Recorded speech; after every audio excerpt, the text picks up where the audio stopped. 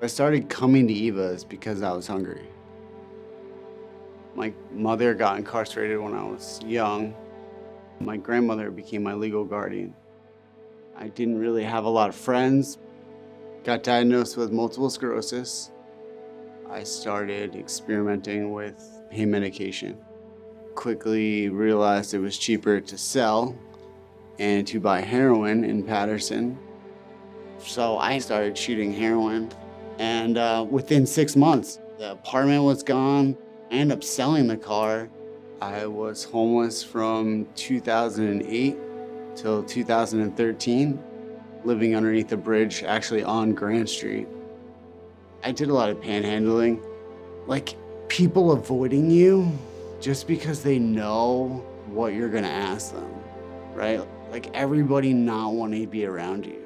It's just being so alone. You're just so alone. So my first interaction with Eva's was at the kitchen. I was informed very early on that there was a place that I could get at least lunch each and every day. My interaction was very, very minimal. I think there was a lot of shame on my part. There was Mark, who actually worked at Eva's shelter. I didn't know that then, but I would see him. He just treated me like a person. I decided to try to get into Eva's men's shelter. I was a totally different guy, like sunken in cheekbones, and I smelled really bad. He didn't recognize me, so when I tell him the whole story, he was like, "Are you that guy that was on Green and Main? Go get your stuff and come back and just be here before 4." Thank goodness, we had a bed available. I told him, go get your stuff and come on in. I was raised in a single household by my mother in the streets of Newark. As I got older, I started drinking. Then I tried this one drug with a cousin of mine, cocaine. Got in trouble, I got locked up. When I got out, I made a decision that out of everything that has been transpiring in my life, I can't blame that on anybody but myself. But what I need to do is have the courage to get my stuff together.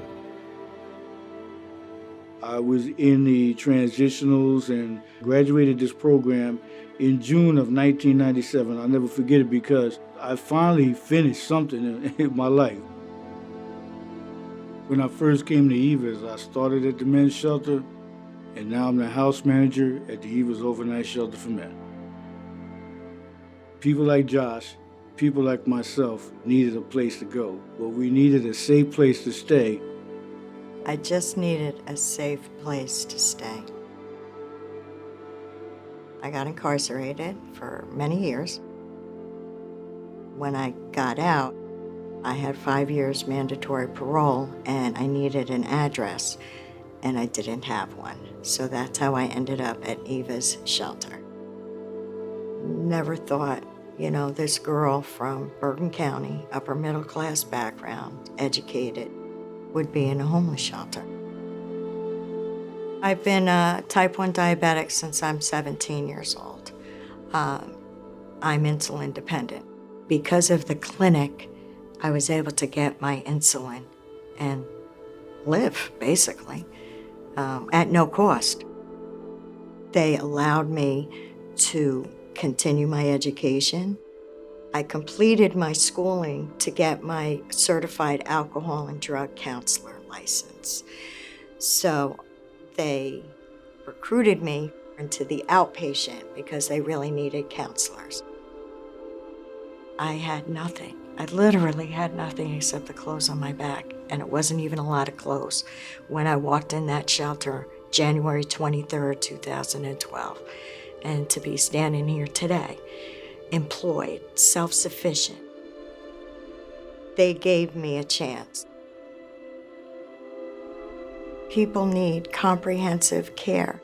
Most of them have experienced some form of trauma, which then either led to an addiction, a mental health disorder, or a combination of both.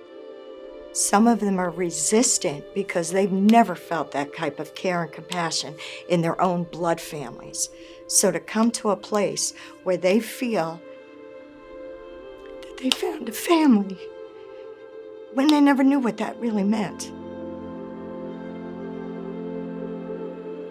Kathy, I knew her as Miss Kathy. She was the assistant house manager when I went through the Mommy and Me program. I probably started drinking when I was like 12 years old. My mom had cancer when I was growing up, and she died when I was 15. My dad had a stroke when I was 12, so he was disabled from that. My first rehab I went to was in 11th grade. I have 2 kids. I had my son when I was 26. I didn't use while I was pregnant with him, but maybe when he was 10 months old, I started using again. So relapsed, did heroin for 8 months, and then I didn't want to lose my son, so I was like, I have to stop. I have to stop.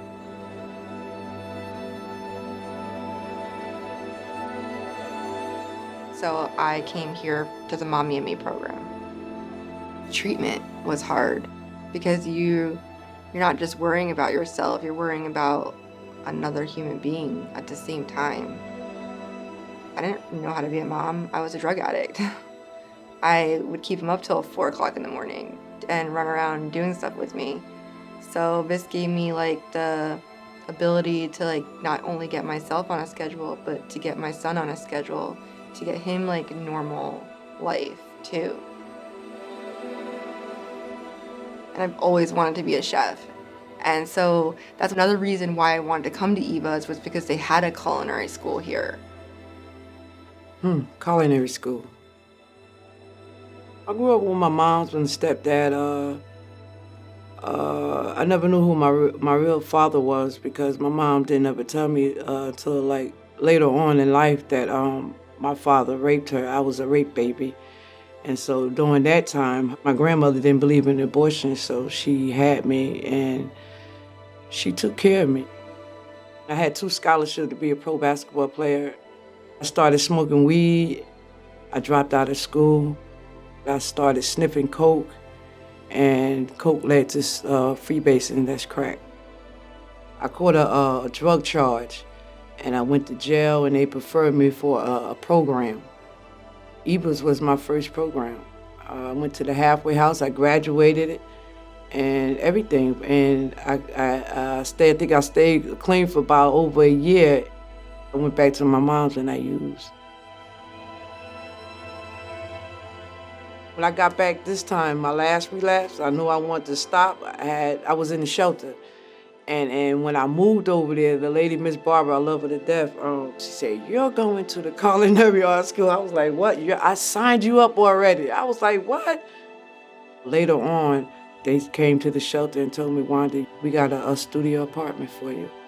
They showed me the apartment. I just started crying. And I just couldn't believe it.